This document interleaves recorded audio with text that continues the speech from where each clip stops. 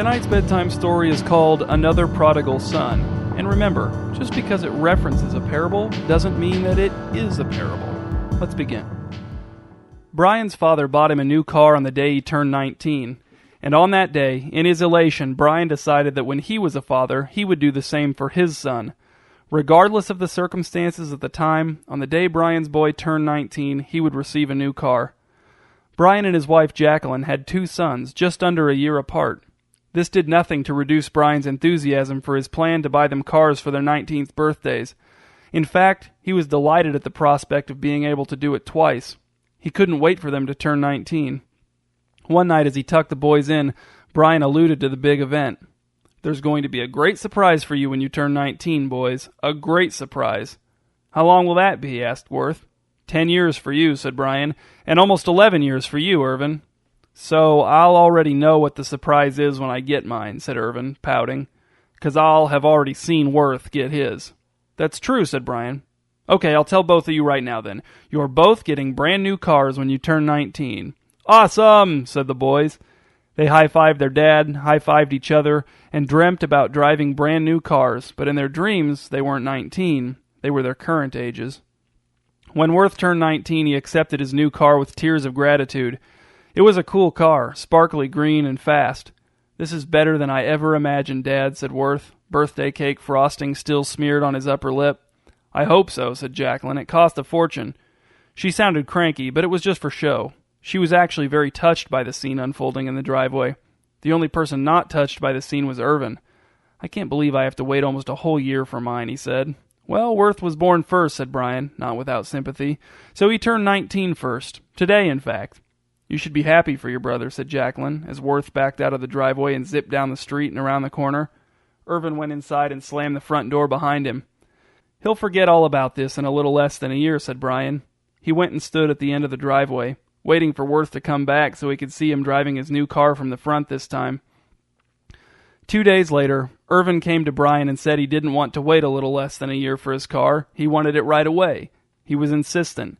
He said that if Brian didn't give him the new car immediately, then he didn't want it at all. That night, after the boys were in bed, Brian and Jacqueline shared a bowl of cereal at the dining room table and discussed what to do about Ervin. "It sounds like the story from the Bible about the prodigal son," said Jacqueline. "No, it doesn't," said Brian. "Ervin's just being a jerk." "Do you know the story?" asked Jacqueline. "It's a parable.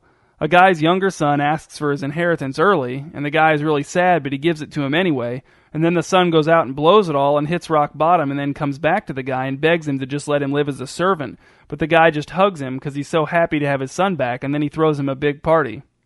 Brian thought about it. "So only the first part of the story is like the situation with Ervin." "Well, yeah, so far," said Jacqueline, "but with Ervin the rest of the story hasn't been told yet." The next day Brian gave Ervin a new car. "How is that fair?" asked Worth. "I had to wait longer for my car than he did." "I know," said Brian, "but it's supposed to go like this." Ervin poked his head into Brian's study where he and Worth were talking and said, "Dad, I'm taking off. Don't know when I'll be back. Might be a while. Like months, if ever." "Okay, son," said Brian. He looked at Worth and said, "See?" "No," said Worth. "He's going prodigal," said Brian. "This isn't how I thought you'd act if one of us decided to just take off and act stupid for an undisclosed amount of time," said Worth. "He'll learn his lesson and be back before you know it," said Brian, contrite and humbled. "Whatever," said Worth. "Can I have some gas money?" Jacqueline took it worse than Worth did. "Ervin's not very mature, Brian. People will take advantage of him." "Exactly," said Brian. "You said it yourself. He's like the prodigal son." Jacqueline pressed her fingertips against her lips. "Do you have any idea where he went?" "Not specifically," said Brian, "but I think we can assume he's squandering everything he has so he can be deserted by his friends, realize he was better off here with us, and come home to apologize and beg our forgiveness." "I really think you're misapplying the point of the story," said Jacqueline. "I'm going to call Ervin." "Don't do that," said Brian. "Just let this run its course." "He's not picking up," said Jacqueline. "I'm calling the police." No, said Brian. "There are no police in the story of the prodigal son." "This isn't the story of the prodigal son, Brian. This is our real-life son." "I know that," said Brian. "And our real-life son is 18, and he's in his own car, and he told us he was going, so that's not really, illegal. I think we should just let him come back in his own time." He paused, knowing he shouldn't say it, but then added, "like the prodigal son." Jacqueline went to their bedroom and slammed the door. "Why is Mom so mad?" asked Worth, walking through the living room on his way to the weight bench in the laundry room. "She doesn't think your brother is like the prodigal son anymore," said Brian. "He just called me," said Worth. "He's blowing his savings with a bunch of strangers at a casino." "Mm-hmm," said Brian, nodding happily. "I knew it. Can I have some gas money?" asked Worth. Brian handed him a 20. Brian took the next week off from work to sit on the front porch and wait for Ervin's return so he could rush out to meet him in the driveway when he came home broken and remorseful. As long as Ervin was calling Worth with occasional updates, Jacqueline couldn't bother the police with a missing persons report, so she invented errands for herself to run and tried to keep from worrying about Ervin. Brian couldn't get her to take his relaxed approach. She had no confidence that Ervin would act exactly like the prodigal son and return home, lesson learned and unscathed, to rejoin the family. "How could he not?" asked Brian. "It's too perfect." "It's just a coincidence," said Jacqueline. "Even if he comes home soon, you don't know that he'll be sorry. It could very well be more of the same selfishness. It probably will be." Brian didn't want to argue. Time would prove him right, and then there would be nothing to argue about. 3 days later, while Brian was sitting on the porch and reading the newspaper, a pickup truck pulled up to the curb in front of the house. Ervin got out of the passenger's side and the truck drove away. Brian ran across the lawn and embraced his son, who was already crying. "Dad, I'm so sorry. I never should have left." "It's okay, son," said Brian. "I just want to live here with you and Mom," said Ervin. "I'll even pay rent." "There's no need," said Brian. "I'm just happy you're home. In fact, we're going to throw a big party in your honor." Ervin was too overcome with emotion to answer. "Where's your car, son?" asked Brian. "I sold it," said Ervin between sobs. "My savings ran out, and I sold the car and blew the money on prostitutes. And then I didn't even have enough money to eat, so I had to get a job tending those tiny pigs that race at carnivals." Brian released his son and took a step back, his hands on Ervin's shoulders. "You sold it?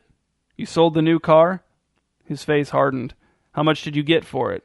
"I wasn't thinking, Dad," said Ervin. "I just took the first offer. I was so stupid." "How much did you get for it?" "4,000, said Ervin.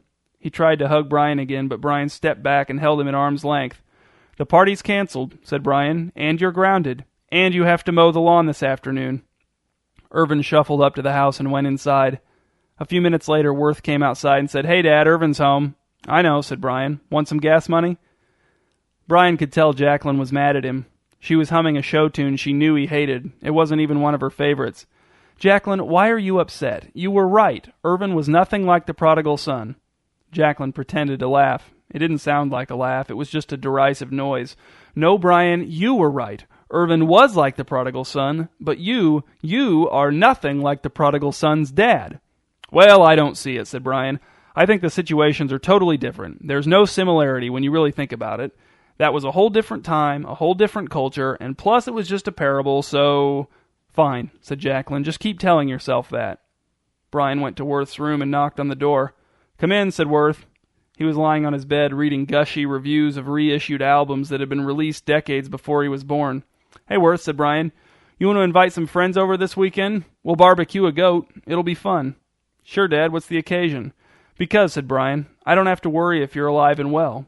And you don't get lost and make your mom and I wonder if we'll ever find you again. And I appreciate that." Brian went outside and walked around the backyard in the fading sunset light. He stamped down molehills with his heel and savored the feeling of calm assurance that all had turned out just as it should.